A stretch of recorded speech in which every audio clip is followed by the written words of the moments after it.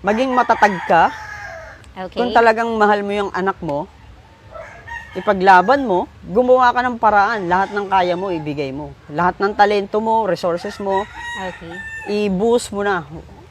Avoid na yung pagkakamali.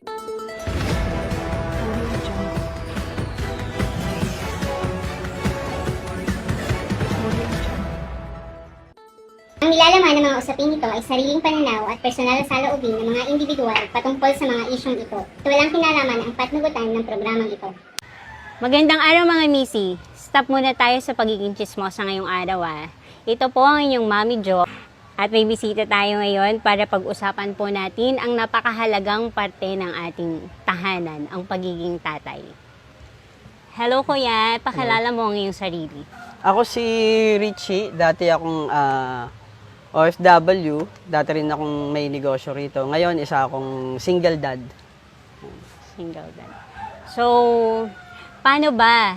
Siyempre kasi nanay ako, hindi ko masyadong naiintindihan ang pagiging isang tatay kahit na nga sabihin na magkasama lagi ang isang nanay at tatay.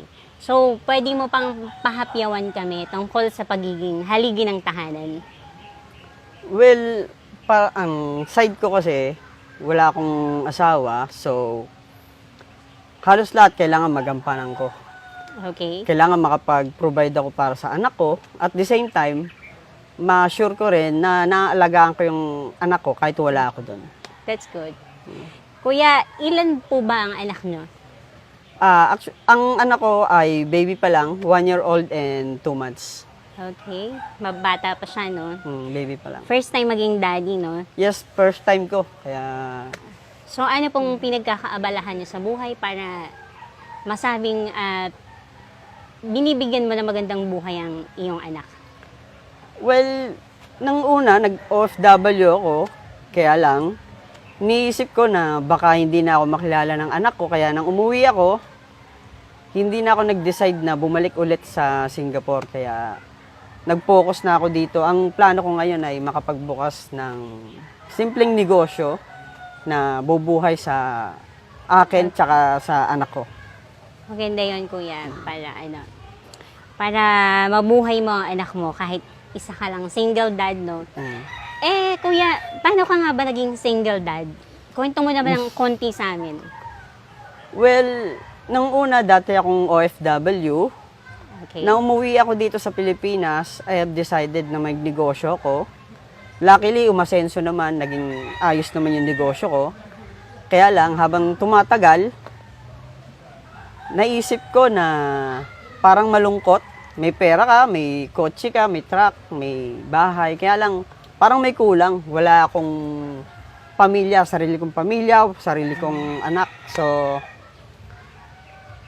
hindi na ako masyadong nakapag-focus sa negosyo ko. Ang ginawa ko, saan ako pumupunta.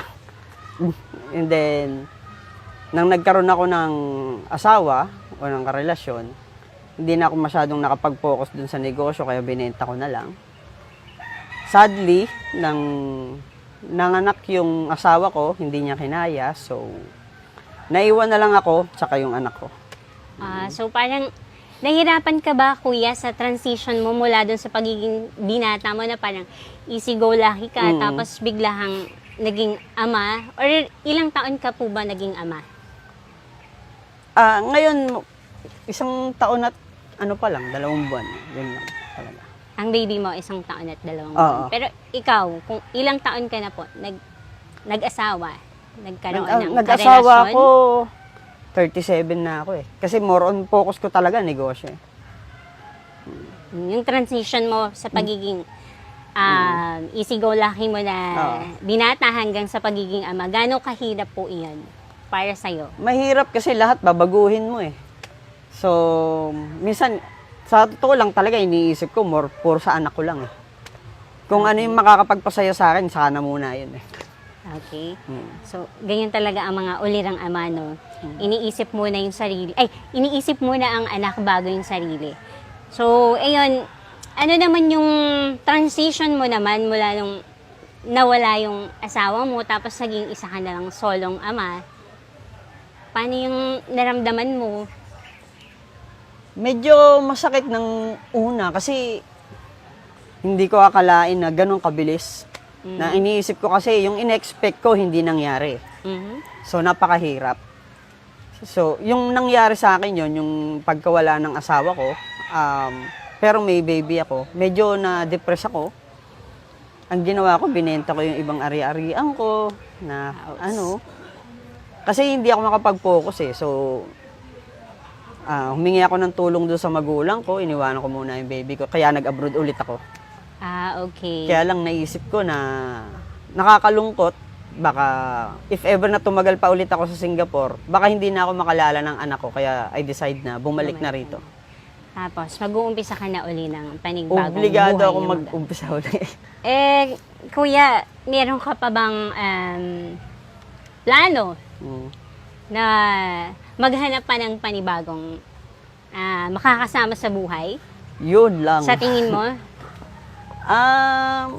Di natin masabi. If ever na may dumating, di masaya kasi magiging kumpleto ulit. Kaya lang, talagang ang focus ko yung sa anak ko. If ever na makakita ko, sana yung kaya kong suportahan. Kasama yung anak ko, mahalin niya yung anak ko. Tsaka masuportahan yung ako bilang ama para sa kanila. Pero, katulad naming mga babae, parang emotional ka din ba nung kapag may mga araw na naaalala mo yung nanay ng anak mo, paano ginagawa mo sa buhay para makakope up ka dun sa mga... Well, nang una talagang emotional kasi lalo na nang umaalis ako, yung kinukuha ko lahat ng gamit ko.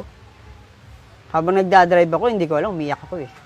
Pero nang tumagal, yung pinipilit kong makarecover, lagi kong pagkasama ko yung anak ko, medyo naiibsan naman yung sakit. Okay. You know? Parang siya yung nagpapaalala sa'yo Oo. na kailangan mo pang mabuhay para Yes. ipagpatuloy ang buhay para sa anak mo, no?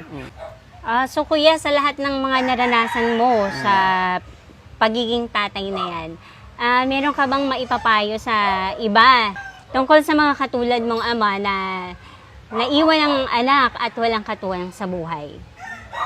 Napapayo ko, maging matatag ka.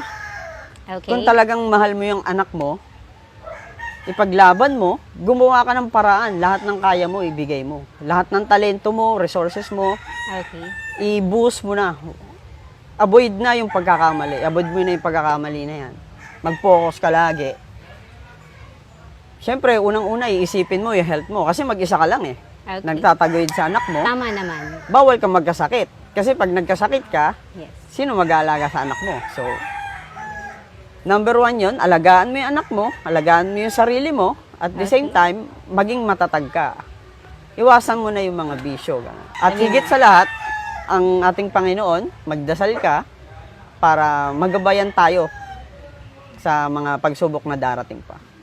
Bilang solo parent ka rin pala, kuya, nasubukan mo na bang kumuha ng solo parent ID, mag-apply sa DSWD? Nako, sandali ah. To be honest, ngayon ko lang narinig yan, meron pala niyan. Okay. Pero, kung Okay meron lang talaga niyan na makakatulong sa akin, mag-a-apply talaga ako. Kasi makakatulong sa akin yan eh. Yes. Para naman yan sa mga solo parent. Maraming mga beneficiary din ng DSWD na nakalaan para sa mga solo parent na katulad mo. Kaya punta ka lang sa ating local social welfare Ay, ng salamat. ating City salamat. Hall. So, iyon no, napakahirap pala talagang maging isang ama. No? Minsan hindi natin naiintindihan talagang mga nanay na yung nararamdaman din talaga ng mga ama na katulad ni Kuya. Sa mga puntong ito, no, napansin ko na ang mga lesson learned dapat kang maging matatag talaga sa buhay. So, kahit ano siguro yung kasarian, dapat talagang maging matatag sa buhay. Ipagtanggol mo yung nararapat na ipagtanggol, lumaban ka talaga sa buhay. Pangalawa, talaga naman na dapat tayong tumindig sa ating pagkakadapa. Hindi tayo pwedeng magstay na lang doon, 'di ba? At syempre yung pangatlo or yung panghuli sa aking palagay talagang dapat kumapit ka kay Lord. Siya lang naman talaga yung kakampi mo mula una hanggang dulo. Wala tayong ibang dapat kapitan. Marami pa sana tayong gustong malaman at itanong kay Kuya, no? Pero limited lang talaga yung oras natin, Kuya. Nagpapasalamat kami sa pagpunta mo dito at pag-share ng kwento mo sa buhay. So, muli ito po ang inyong Chismasang Hardinera, Mami Jo. Dito lang yan sa Kapihan sa Hardin.